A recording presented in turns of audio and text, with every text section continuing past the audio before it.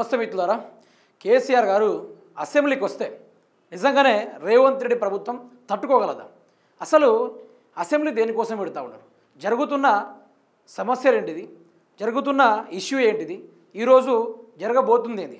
అసలు రాష్ట్రం మొత్తంలో తెలంగాణ రాష్ట్రం మొత్తం అట్టుడుగుతుంది సమస్యలపైన. కానీ ముఖ్యమంత్రి రేవంత్ రెడ్డి గారు దానిపైన రివ్యూ మీటింగ్ పెట్టట్లేదు. ఓన్లీ తన లక్ష్యం ఎజెండా మొత్తము బీఆర్ఎస్ పార్టీని అంతం చేయడమే లక్ష్యంగా పెట్టుకున్నాడు. నిజానికి అదే తీరుగా ఆయనతో పాటు గెలిచిన ఏపీతోటి పోల్చుకుంటే ఆయన కేంద్రం నుంచి బడ్జెట్ తీసుకొస్తుండు, తన రాష్ట్రాన్ని అభివృద్ధి చేసుకునే ప్రయత్నం చేస్తుండు.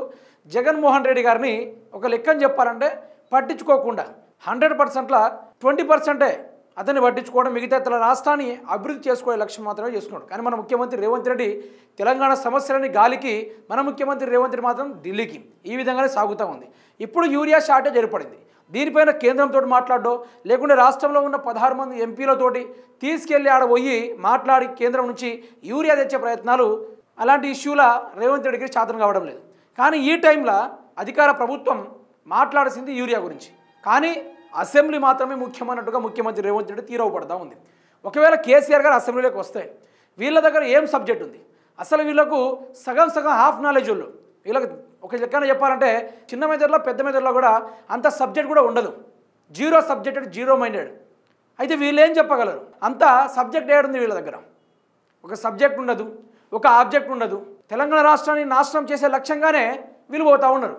కేసీఆర్ ఎంట్రీ ఇస్తే, ఒకవేళ కేసీఆర్ గారికి మైకే ఇస్తే వీళ్ళు కేసీఆర్ గారు వేసే కౌంటర్కి సమాధానం ఇచ్చుకునే దమ్ముందా వీళ్ళకు? ఏ ఒక్కరికైనా అంత నాలెడ్జ్ ఉందా? గతంలో ఉన్నప్పుడు మాత్రమే ఉత్తమ్ కుమార్ రెడ్డి అదే అసెంబ్లీలో మేము ప్రిపేర్ అయ్యి రాలేదంటే, మరి ప్రిపేర్ అయ్యి రాకపోతే పీకనికి వచ్చిరని కేసీఆర్ గారు బహిరంగంగా సభలో చెప్పిన ముచ్చట కూడా మనం విన్నదే. ఇక్కడ ఒక్కటే చూడొచ్చు, తెలంగాణ రాష్ట్ర సమస్యలపైన కానీ తెలంగాణ రాష్ట్రంలో ప్రతి అణువణువున సబ్జెక్ట్ తెలిసిన వాళ్ళు బీఆర్ఎస్ వాళ్ళు. తెలంగాణ రాష్ట్రం పైన సున్నా సబ్జెక్ట్ తెలిసిన వాళ్ళు, ఆబ్జెక్ట్ అంటే తెలియని వాళ్ళు, ఏ నది ఎక్కడుందో కూడా తెలియదు, వాళ్ళ నియోజకవర్గాల్లో ఉన్న చెరువులు కూడా వాళ్ళకి తెలియదు. నిజానికి వాళ్ళకి పేపర్ చూసి కూడా చదవడం రానంత నాలెడ్జ్ ఉన్నోళ్ళు. మీరు పెద్ద మెదడులో వెతికినా చిన్న మెదడులో వెతికినా 1% కూడా నాలెడ్జ్ ఉండదు, సబ్జెక్టు హీనులు. అలాంటి వాళ్ళు అసెంబ్లీ పెడతా ఉన్నారు. అసలు ఏం జరుగుతూ ఉంది, ఏం జరగబోతుంది, దానికి వాళ్ళు కేసీఆర్ గారు ఇచ్చే కౌంటర్కి డిఫెండ్ చేసుకోగలరా? అంత దమ్ముందా, అంత నాలెడ్జ్ ఉందా అనే విషయం పైన మనం మాట్లాడుకునే ప్రయత్నం అయితే చేద్దాం. ఇప్పటికిప్పుడు అసెంబ్లీ పెట్టాల్సిన అవసరం ఏమొచ్చి చూద్దాం. ఇక బీఆర్ఎస్ పార్టీ నుంచి వాళ్ళు ఇచ్చే క్వశ్చన్కి నిజంగా వాళ్ళు ఇచ్చే కీ పాయింట్స్ పరంగా చూసుకుంటే మిత్రులారా, మొదలుగా రైతు బంధు విషయం మీద అడుగుతారు. రేవంత్ రెడ్డి దాని గురించి ఏం మాట్లాడతాడు మనం విన్నాం. 15,000 రూపాయలు అని చెప్పి, అంటే ఎకరానికి 7,500 రూపాయలు అని చెప్పి ఈరోజు లాస్ట్కి 6,000కు అందించిన, కుదిపేసి 1,500 కుదిపేసి 6,000కు పెంచిన మహానుభావుడు రేవంత్ రెడ్డి గారు. మహానుభావుడు అని చెప్పాలి. దీనిపైన ఏం సమాధానం చెప్పుకోగలరు? కేసీఆర్ గారు ఎవరికి 10 ఎకరాలున్నా 20 ఎకరాలున్నా వాళ్ళకు రైతు బంధు ఇచ్చిండు. కానీ ముఖ్యమంత్రి రేవంత్ రెడ్డి 4 ఎకరాల వరకే లిమిట్ పెట్టేసి ఈరోజు రైతు బంధు కూడా సకాలంలో చాలామంది ప్రజలకు అందేయాలని పరిస్థితి కూడా ఉపడతాం. రైతు రుణమాఫీ పరంగా చూసుకుంటే మేము కోట్లలో చేసినాం, ఆయన లెక్క లేదా, అక్కడ లెక్క లేదు, కోట్లలో చేసినాం. ఆయన ఏమంటున్నాడు అంటే, వైఎస్ రాజశేఖర రెడ్డి గారు ఏ విధంగా అయితే రుణమాఫీ చేసి పేరు సంపాదించుకున్నాడో ఒక్క దెబ్బతోటి రుణమాఫీ చేసి ఆ విధంగా క్రెడిట్ని కొట్టేద్దామనే ఆలోచనలో ముఖ్యమంత్రి రేవంత్ రెడ్డి గారు ప్రయత్నం చేశారు. కానీ ఇదంతా ఉల్టా అయిపోయి అసలు నిజంగా చెప్పాలంటే ఆడ బారాన ఉంటే వీళ్ళు చారణ చేసిళ్ళు, బారాన ఉంటే వీళ్ళు చారణ మాత్రమే చేసేసి ఈరోజు 20 ఆనా దాకా పొడిగించుకుంటూ వెళ్ళిపోయిన ముచ్చట. దీని మీద వీళ్ళేం సమాధానం చెప్పుకోలేరు. అదేవిధంగా రైతు బీమా పరంగా చూసుకుంటే కేసీఆర్ గారు పెట్టిన ఈ యొక్క రైతు బీమా పరంగా చూసుకుంటే ఈ రైతు బీమా చనిపోయిన కుటుంబాలు కూడా ఇప్పుడు కేసీఆర్ గారు పెట్టిన వే మాత్రమే నడుస్తూ ఉంది. రేవంత్ రెడ్డి దానికి కొత్తగా మెట్లేదు. అది పరంగా పంట నష్టం జరుగుతూ ఉంది. వరదలకు కావచ్చు, నీళ్లు లేక, యూరియా అందక పంటలు ఖతమైపోతూ ఉన్నాయి. అయితే దానికి పంట పరిహార నష్టమైన ఇవ్వాలి కదా. కానీ ప్రభుత్వం ఎన్ని ఎకరాలైనా, గతంలో బీఆర్ఎస్ ప్రభుత్వం ఉన్నప్పుడు పంట ఇట్లా నష్టపోయిందని తెలియగానే వారం రోజుల్లోపే సర్వేలు చేపట్టి వారం రోజుల్లోపే డబ్బులు ఇచ్చే ప్రయత్నాలు చేశారు. నష్టపరిహారం రూపాయన ఎకరం చొప్పున వాళ్ళు ఇచ్చిన పైసలు ఎంత అంటే 5,000 రూపాయలు, 10,000 రూపాయలు, ఈ విధంగా ఒక ఎకరానికి వాళ్ళు పంట పరిహార నష్టం కింద ఇచ్చిన పైసలు. కానీ కాంగ్రెస్ ప్రభుత్వంలో సున్నా, ఎటు చూసినా సున్నే. అదేవిధంగా కాళేశ్వరం ధర కొన్ని లక్షల ఎకరాలకు నీళ్లు పారించే దిశగా కేసీఆర్ గారు ఆ యొక్క గోదావరి జలాలపైన కాళేశ్వరాన్ని కడితే గ్రావిటీ కెనాల్ బంద్ అయినాయి అంటాడు, గ్రావిటీ కెనాల్ పనికిరావు అంటాడు, కాళేశ్వరం కూలిందంటాడు, తలుపులు ఇరిగినాయి అంటాడు, మోటార్లు కాలిపోయినాయి అంటాడు, సుందిలా గిందిలా అనుకుంటూ. ఒక లెక్కని చెప్పాలంటే కాళేశ్వరం మ్యాప్ ఒక్కసారి ముఖ్యమంత్రి రేవంత్ రెడ్డికి ఇస్తే ఫీజులు అవుట్ అయిపోతాయి. అసలు ఎక్కడ ఏముందో కూడా అర్థం కాదు. ఏదో నోటికి వచ్చింది సుందిల్లా బరాజు సమీక్షిస్తూ ఉన్నారు, ఉపేక్షిస్తూ ఉన్నారు అనే 2-3 మాటలు నేర్చుకున్నాడు ముఖ్యమంత్రి రేవంత్ రెడ్డి. ఎవరైనా మైకు పెడితే అదే చెప్తా ఉన్నాడు తప్ప ఒక ఆబ్జెక్ట్ తీరుగా ఒక సబ్జెక్ట్ తీరుగా మాట్లాడడం లేదు. కూలింది అనేది ఒకటే. కాళేశ్వరం మీద ఇక్కడ బాహుబలి యుద్ధమే జరగబోతుంది అసెంబ్లీలో. అందుకే నేను అంటున్నా, ఈ హాఫ్ నాలెడ్జ్ వాళ్ళు కేసీఆర్ గారి యొక్క బీఆర్ఎస్ సైన్యంతో తట్టుకోగలరా? వీళ్ళకు గతంలో ఉన్నప్పుడే ప్రిపేర్ అయ్యి రాలేదు మేము అనుకుంటా మాట్లాడిన విషయాన్ని చూసాం. మొన్నటి దాకా హరీష్ రావు గారు కౌంటర్ వేస్తే వెంకటరెడ్డి కోమటిరెడ్డి గారు మేము అంతగా ప్రిపేర్ అయ్యి రాలేదు అనుకుంటూ మళ్ళీ ఆయన మాట్లాడడం కూడా జరిగింది. అట్లీస్ట్ హరీష్ రావుకి సమాధానం చెప్పని చేతగానే వారి యొక్క మంత్రివర్గం ముఖ్యమంత్రి వాళ్ళు కేసీఆర్ని తట్టుకునే దమ్ము లేదనేది నాకు అనిపిస్తూ ఉంది. ఇదే కాళేశ్వరం ధర తెలంగాణ రాష్ట్రానికి ఇక లెక్కన చెప్పాలంటే కాళేశ్వరం అద్భుతం. కాంగ్రెస్ పార్టీ వాళ్ళ జన్మలో కూడా అట్లాంటి ఒక ప్రాజెక్ట్ని కట్టలేరు. వాళ్ళు చచ్చిపోయేంత వరకు వాళ్ళకు పిఎం పదవులు ఇచ్చినా కూడా వాళ్లకు ఈ కాళేశ్వరం లాంటి ఒక ప్రాజెక్టు కట్టి వాళ్ళకు చెక్ డ్యామే కట్టడం వస్తలేదు. మహబూబ్ నగర్ డిస్టిక్లో ఒక వాగు పెద్ద వాగు పైన చెక్ డ్యామే కట్టడం చేత కాలేదు కాంగ్రెస్ పార్టీకి. అట్లాంటిది కాళేశ్వరం గురించి మాట్లాడంటే ఒక లెక్కన చెప్పాలంటే ఆ కాళేశ్వరం గురించి మాట్లాడాలన్నా వీళ్ళకంత అర్హత లేదు. ఇంకో విషయం చూసుకుంటే ఆసరా పెన్షన్స్ కేసీఆర్ గారు 2,000 ఇస్తా ఉన్నారు, మేము అధికారంలోకి వస్తే 4,000 ఇస్తాం, 6,000 రూపాయలు ఇస్తాం అనుకుంటూ ఈ విధమైన ప్రచారం చేశారు. అయితే ఈ హ్యాండిక్యాప్ వాళ్ళకు 6,000 రూపాయలు ఇస్తా అని చెప్పారు, వితంతు వాళ్ళకైతే 4,000 ఇస్తా అని చెప్పారు, వృద్ధులకు కూడా 4,000 ఇస్తా అని చెప్పాడు. అయినా ఇప్పటి వరకు అసలు 2,000 సాగుతూ ఉంది. అదే ముసలోళ్ళ దగ్గర పోతే కర్ర ఇచ్చి కొట్టేట అంత కోపం మీద ఉన్నారు. నీ బదులు కేసీఆర్ని గెలిపించుకున్నా ఈ పైసలు మాకు వర్తించేటి, ఈ పైసలు మాకు వర్తించేటి అని చెప్పినాడు. దీని మీద ఏం డిఫెండ్ చేసుకోగలరు వాళ్ళు? ఏం డిఫెండ్ చేసుకోగలరు? నెక్స్ట్ ముచ్చట యూరియా షార్టేజ్.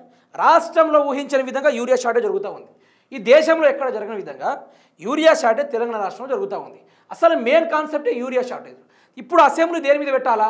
దమ్ముంటే తెలంగాణ ప్రజల సమస్యల మీద అసెంబ్లీ పెట్టే ప్రయత్నాలు చేయాలి. కానీ ముఖ్యమంత్రి రేవంత్ రెడ్డి కేసీఆర్ గారిని ఎట్లా ఇరికిచ్చాయి నేను స్థానిక ఎన్నికల్లో గెలవాలని డ్రామా చేసుకున్నాడు తప్ప ఈరోజు యూరియా కోసం పత్తి చేళ్లు పీకేస్తున్న దృశ్యాలు కూడా మనం చూస్తా ఉన్నాం. అయినా కూడా ముఖ్యమంత్రి రేవంత్ రెడ్డి ఈ యూరియా షార్టేజ్ గురించి మాట్లాడకుండా ఆయన ఏం చేస్తా ఉన్నాడు? తెలంగాణ రాష్ట్రానికి అన్యాయం చేసుకుంటూ అసెంబ్లీ పెడతా ఉన్నాడు. గతంలో ఉన్నప్పుడు కేసీఆర్ 28 లక్షల మెట్రిక్ టన్నుల యూరియాని తెలంగాణ రాష్ట్రానికి సప్లై చేస్తే ఈరోజు కాంగ్రెస్ పార్టీ ప్రభుత్వంలో సున్నా యూరియాల నలుగురు పొత్తులో ఒక యూరియా ఇస్తే ఆ రైతు ఏం చేసుకోవాలి ఆ యూరియాని? గురుకులాల విషయం చూస్తే విద్యాశాఖకు మంత్రి లేకుండా పోయాడు. తెలంగాణ రాష్ట్రంలో విద్యాశాఖకు మంత్రి లేడు, అక్కడ సరైన చదువులు లేదు, సరైన తిండి లేదు, ఫుడ్ పాయిజన్ అయిన వెంటనే విద్యార్థులందరూ ప్రభుత్వ హాస్పిటల్లో వారు చావులతోటి కొట్టుమిట్టాడే దృశ్యాలు. ఆయన కూడా విద్యాశాఖలో ఉండి విద్యార్థుల గురించి పట్టించుకొని ఏకైక నాథుడు ముఖ్యమంత్రి రేవంత్ రెడ్డి. గతంలో ఉన్నప్పుడు ఈ గురుకులాల్ని ఆర్ఎస్పీ ప్రవీణ్ కుమార్ గారు కేసీఆర్ తరఫున ఆర్ఎస్పీ ప్రవీణ్ కుమార్ సార్ ఎంత గొప్పగా హ్యాండిల్ చేశారంటే ఒక అద్భుతాన్ని క్రియేట్ చేశాడు. అది రేవంత్ రెడ్డికి విద్యాశాఖ గురించి నాలెడ్జ్ లేదు. నేను ఒకటి చెప్పినా కదా, చిన్న మెదడు పెద్ద మెదడు ఉన్నంత మాత్రాన సరిపోదు. ఏముండాలా? నాలెడ్జ్ ఉండాలా, సబ్జెక్ట్ ఉండాలా, ప్రతి సబ్జెక్ట్ గురించి ఆబ్జెక్ట్ తెలుసుకుండాలా. కానీ లేని వాళ్ళ గురించి మనమే మాట్లాడుకుంటే మన దురదృష్టం అనుకోవాలి. ఇక ఆటో డ్రైవర్స్ను వీళ్ళైతే చాలా గోసపడుతూ ఉన్నారు. ఈ ఫ్రీ బస్సులు వచ్చినప్పటి నుంచి బీభత్సమైన గోసలు, మామూలు గోసలు కాదు. నిజానికి కేసీఆర్ ప్రభుత్వం ఉన్నప్పుడు మాకు 1000 రూపాయలు వచ్చేది, ఈరోజు ఒక 200 రూపాయలు చూద్దామని కూడా ఒప్పలేని పరిస్థితి. ఏ ఒక్కరిని కూడా అడిగి బస్సు ఎక్కడమ్మని అడిగితే ఒక గంట ఆగితే ఫ్రీ బస్సు అవుతుంది అంటే గంట సేపు ఆగైనా ఉంటాం కానీ ఆటో ఎక్కమనుకుంటూ మహిళలు ఈ విధంగా చెప్తా ఉన్నారు అనుకుంటూ ఇదే ఆటో కార్మికులు బాధపడుతున్న దృశ్యాన్ని కూడా రేవంత్ రెడ్డి పట్టించుకోవడం లేదు. అదేవిధంగా ఫ్లడ్స్ ఇప్పుడు తెలంగాణ రాష్ట్రంలో కామారెడ్డి డిస్టిక్, మెదక్ డిస్టిక్, సిరిసిల్ల స్టార్టింగ్లో కాంగ్రెస్ పార్టీ అధికారంలో రాగానే ఖమ్మంలో కూడా బీభత్సమైన వరదలు వచ్చినా కూడా ఈ కాంగ్రెస్ ప్రభుత్వం ఎక్కడ పట్టించుకోలేదు. కేసీఆర్ గారు ఉన్నప్పుడు హెలికాప్టర్స్ పంపించాడు, ఆర్మ్డ్ ఫోర్సు, ఆర్మీ వాళ్ళ హెలికాప్టర్సు, నేవీ వాళ్ళ హెలికాప్టర్స్ పంపించి ఆ పేద ప్రజల్ని ఆదుకునే ప్రయత్నంలో అంతో కొంత వాళ్ళు చేశారు. మరి అంతో కొంతలో మీరు 1% చేయాలి కదా, ఒక్కరు లేరు. ఒకరేమో బీహార్లో ఉంటారు, బీహార్ ఎన్నికల్లో వాళ్ళు ఉంటారు, ప్రచారం చేయడానికి వాళ్ళు ఉంటారు. కానీ ఇక్కడ ఫ్లడ్స్లో తెలంగాణ రాష్ట్రానికి హెలికాప్టర్ ఉండదు. హెలికాప్టర్ ఎక్కడ ఉంటుంది? రాహుల్ గాంధీ దగ్గర ఉంటుంది. రాహుల్ గాంధీ దగ్గర హెలికాప్టర్ ఉంటుంది. తెలంగాణ రాష్ట్ర ప్రజలు చనిపోతూ ఉంటే ఒక్క హెలికాప్టర్ కూడా తెలంగాణ రాష్ట్రానికి ఉండదు. ఎస్ఎల్బీ సిటన్ల వాళ్ళ పరంగా చెప్తే ఎస్ఎల్బీ సిటన్లో చనిపోయిన ఆ యొక్క కుటుంబ బాధితులకు కూడా ఇప్పటివరకు ఆ యొక్క అస్థికలో లేకుంటే వాళ్ళు మురిగిపోయినా ఏమైపోయినా వాళ్ళ యొక్క డెడ్ బాడీ నుంచి ఏదైనా కలెక్ట్ చేసి ఇవ్వాలి కదా, అది కూడా లేదు. వాళ్ళకి నష్టపరిహారం కూడా ఇప్పటిదాకా చెల్లించలేని పరిస్థితి. దీనికి ఏం సమాధానం చెప్తారు?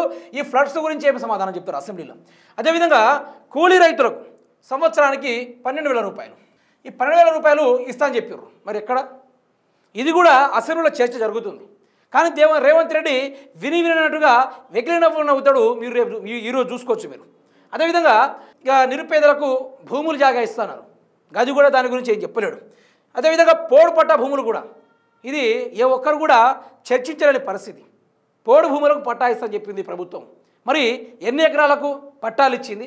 ఏం చేస్తుంది? భూభారతి పెట్టింది రేవంత్ రెడ్డి కబ్జా చేసుకున్న ల్యాండ్ని రిజిస్ట్రేషన్ చేసుకోవడానికా, లేకుంటే రఘువరరావు గారు రైతుల దగ్గర నుంచి కబ్జా చేసిన 83 ఎకరాలు అవి పట్టా చేయించుకోవడానికి ఈరోజు ఆ వెబ్సైట్ పనికి వస్తూ ఉందా, లేకుంటే పేద ప్రజల కోసము, మధ్యతరగతి కుటుంబ ప్రజల కోసము, నిరుపేదల కోసము, గిరిజన బ్రతుకుల్లో మార్పు తెచ్చే వారి కోసం ఆ వెబ్సైట్ పనికి వస్తుందా అంటే సున్నా. ఎంతమంది ఆ భూభారతి ద్వారా ఎంతమంది భూములకు పట్టాలు ఇచ్చిర్రో చెప్పగలడ ముఖ్యమంత్రి రేవంత్ రెడ్డి? కేసీఆర్ గారు అదే తన స్థానంలో నిలబడి మాట్లాడితే చెప్పగలడా? చెప్పలేడు. దీనికి సమాధానం చెప్పుకోవడానికి ఏమి ఉండదు. Next jobs. ఈ కాంగ్రెస్ ప్రభుత్వంలో ఎవరు ఊహించని విధంగా ఎంత అన్నాడు? ఎంత అని చెప్పిండు? 2 లక్షల ఉద్యోగాలు 100 రోజుల్లోనే ఇస్తా అని చెప్పాడు. మరి దీనికి ఏ మొహం పెట్టుకొని రేవంత్ రెడ్డి గారు ఏం చెప్పగలరు? కేసీఆర్ గారికి ఏమైనా చెప్పగలరా? 60,000 ఉద్యోగాలు కేసీఆర్ హయాంలో ఉన్నప్పుడు 60,000 ఉద్యోగాలను ఆయన నోటిఫికేషన్ ఇచ్చి రిక్రూట్ చేసి వాళ్ళని హైరింగ్ చేసుకొని వారికి పట్టాలు అందిస్తే రేవంత్ రెడ్డి ఇచ్చినట్టు అయిపోద్దా? అంతా ఎట్లా వ్యవహారం నడుస్తూ ఉందంటే పిచ్చోళ్ళని చేస్తూ ఉన్నాడు ప్రజల్ని, చదువుకున్న వాళ్ళను, మేధావులని అందరిని పిచ్చోళ్ళని చేస్తూ ఉన్నాడు. తానే గొప్ప మేధావు అన్నట్టుగా రాక్షసానందాన్ని పొందుతూ ఉన్నాడు ముఖ్యమంత్రి రేవంత్ రెడ్డి. అదేవిధంగా ఉద్యమకారులకు 200 గజాలు భూమిని ఇస్తా అని చెప్పాడు. గాలెక్కనట నెరవేర్చిందా? ఎన్ని సమస్యలు ఉన్నాయి. నిజానికి కేసీఆర్ గారిని తట్టుకునే దమ్ముందా? ఈరోజు కేసీఆర్ వస్తాడు, వచ్చి అసెంబ్లీలో కూర్చుంటాడు. దానికి ఏం సమాధానం చెప్పుకోగలరు? ఏమైనా సమాధానం చెప్పుకోవడానికి ఏమైనా ఉందా? ఏమైనా మిగులుందా వీళ్ళ దగ్గర? ఒక సబ్జెక్ట్ లేదు, ఒక ఆబ్జెక్ట్ లేదు. నేను చెప్తున్నా కదా, వీళ్ళు టైంపాస్ చేస్తూ ఉన్నారు. ఇప్పుడు స్థానిక ఎన్నికలు రాబోతున్నాయి. మేము కేసీఆర్ని ఇరగదీసినాం, అట్లా చేసినాం అనుకుంటే అసెంబ్లీ తరఫున వాళ్ళ మీడియా ద్వారా డప్పు చాటింపు వేసుకుంటారు తప్ప ఇక్కడ ఏం జరగదు. కేసీఆర్ గారు అసెంబ్లీకి వస్తున్నాడంటే అగ్గి రాజేష్ వెళ్ళిపోయినట్టే. చూసి రమ్మంటే కాల్చొచ్చే రకం లెక్క కేసీఆర్ గారు. ఆయన ఎంత సైలెంట్గా ఉంటాడో అంత ప్రశాంతంగా ఉంటుంది వాతావరణం. ఆయన మాట్లాడి మొదలు పెడితే కాంగ్రెస్ వాళ్ళు అసెంబ్లీ నుంచి వాకౌట్ చేయాలి తప్ప ఆడవాళ్ళకి చెప్పుకోవడానికి కూడా అంత సబ్జెక్ట్ ఏం లేదు. వాళ్ళు ఒక్కటే ఏదో ముసుముసులు నవ్వుకుంటూ అదెచ్చా అనుకుంటుంటారు తప్ప ఇక్కడ బీఆర్ఎస్ బ్యాటింగ్కి వీళ్ళు తట్టుకునే దమ్ముందా? మాస్ బీట్స్ వేస్తారు, మాస్ సబ్జెక్టులతోటి ఒక్కొక్క ప్రశ్న నిజంగా ఏకలవ్యుడు విసిరిన బాణం లెక్క, తూటా లెక్క ఎగురుతావు ఆ విధంగా వస్తూ ఉంటే దానికి సమాధానం వీళ్ళు ఏం చెప్పగలరు? సున్నా, జీరో నాలెడ్జ్, అసలు ఏం చెప్పలేని పరిస్థితిలో ఉన్నారు ఈ కాంగ్రెస్ పార్టీ వాళ్ళు. చూద్దాం ఈ పరిణామం ఎక్కడ దాకా పోతుందో, అసలు వీళ్ళు ఏం చేయగలరో అది కూడా చూసుకునే ప్రయత్నం చేద్దాం.